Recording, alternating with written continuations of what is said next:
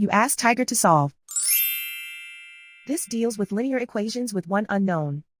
The final result is n equals 12. Let's solve it step by step. Group all constants on the right side of the equation. Add 7 to both sides. Simplify the arithmetic.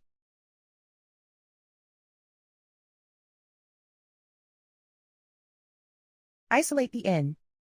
Multiply both sides by 4. Group like terms. Multiply the coefficients. Simplify the fraction. Simplify the arithmetic.